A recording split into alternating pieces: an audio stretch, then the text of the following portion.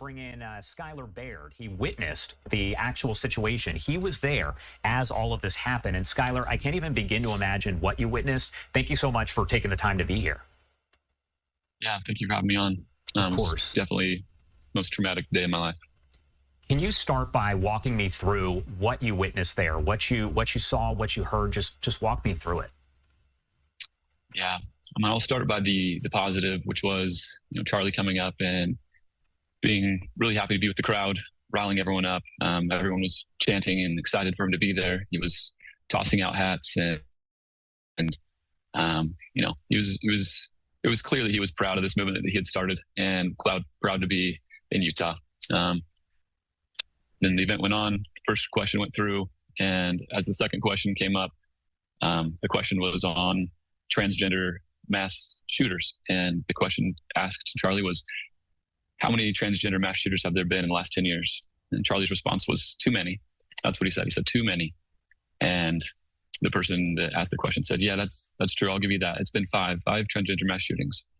And then the follow-up question was, how many mass shooters have there been in the last 10 years? And then as Charlie went to respond to say, are you including gang violence? As soon as the word violence came out of his mouth, that's when the shot rang out. And immediately I knew it was a gunshot. I knew the sound of it. And, an image that I went to therapy yesterday to try to get out of my mind. And the first thing I saw when I woke up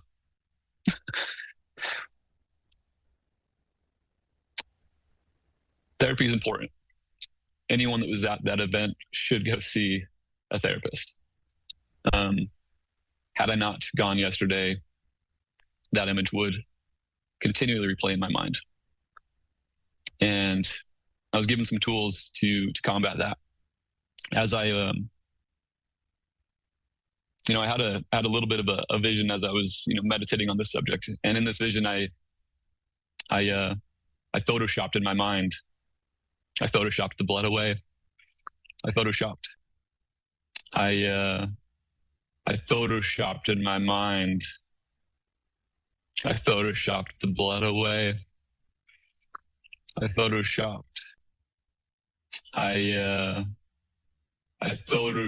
in my mind. I photoshopped the blood away. I photoshopped. Charlie sat him back up, put his smile back on, and I rewound the tape in my mind. I rewound the bullet going back up into the rifle. I was being transported up into this where the rifle was, and I stuck a flower inside the rifle. I rewound the tape more in my mind's eye, and the shooter, he goes down the stairs. I'm rewinding him. I'm pushing him back in time. And as I press play, the shooter goes up halfway. He stops on a landing and turns around. He doesn't go through with it. He goes back to his car and ends his own life.